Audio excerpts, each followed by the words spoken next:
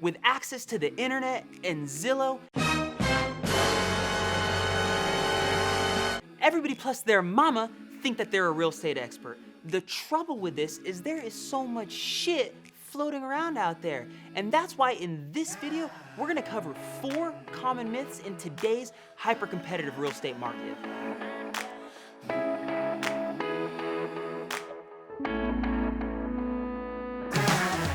Myth number 1, it's better to get pre-approved after you find the dream house. No, let nine! By the time we ever hit the streets to start shopping, we should have our numbers dialed in. We should know exactly what kind of loan we're getting. What is our down payment and closing costs? What is our interest rate? On top of that, with how restrictive the market is today, it's often required of us to either have a pre-approval or DU, also known as desktop underwriting, before we can even schedule a time to get inside the house. It's not complicated, but it takes a little bit of effort. So put your homework together. 2 years of taxes, 2 years of W-2s, 1 month paycheck stubs, 2 months bank statements, and your driver's license and social. Empower yourself. Get the knowledge, dial in your numbers, hit the streets and start shopping. Myth number 2, always start with your lowest offer when trying to buy a house. Terrible fucking idea. You might as well wipe your butt with a pineapple.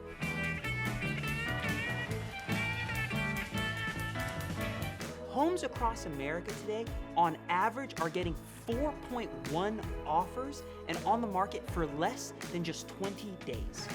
There is no inventory out there, which means that the houses that are on the market are getting a shit ton of action. In LA County, for example, we are down nearly 36% in year-over-year inventory, which is resulting in houses selling in just 11 days or less. In our local markets like the OC, IE, and LA, it is typical to be seeing houses with 5, 10, and more than 15 offers. And with that sort of action, sellers ain't wasting their time with that low ball, will you pay my closing costs bullshit. And I don't care how sweet your buyer letter is.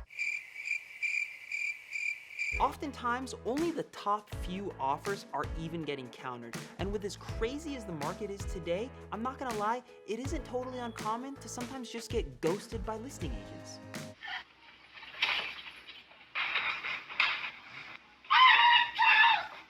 What's super important is running the comparables and getting a real understanding of what the value truly is. The listing price is one thing.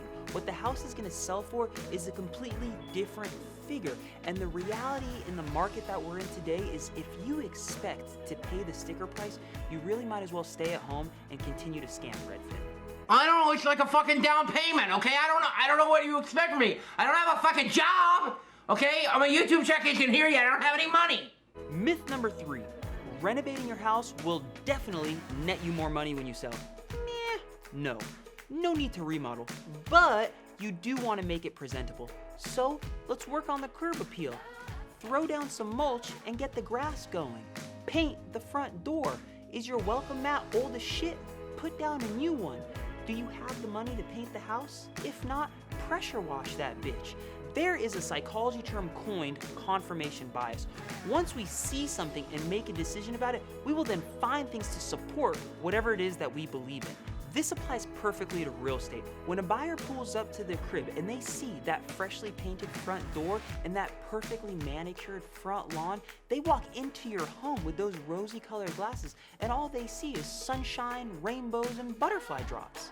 Aside from the curb appeal, let's just work on the basics. Maybe the doors could use some new handles. Maybe the bedrooms could use a fresh coat of paint, or the leaky sink could be addressed. Don't let a buyer's imagination wander when you know that the fix is only gonna be a couple bucks. Consider that right now the market is so hot that you might not need to do as much to the house as you think because buyers are just trying to secure a property. Myth number 4, it is safe to skip the home inspection if the house looks good. Is this myth a fucking joke? You got x-ray vision and can see the pipes underneath the house? Is your spidey sense so strong that you know what the roof looks like? I don't give a shit how good the house looks. Spend a few $100s and hire a professional home inspector. I mean shit, if we're paying someone to do our taxes, why don't we pay somebody a few $100 to make sure that one of our biggest investments is at least safe to live in? Over there, creek, and I found a couple of shops on the Arrowhead. I'm having a good time and doing my best to make these topics as fun and entertaining as they can be, but my goal is for y'all to really take something out of them. So if you thought this video was helpful or just mildly entertaining, it would be so dope if you could share this with someone that you know that is looking to either buy or sell. As always, thank you so much for watching.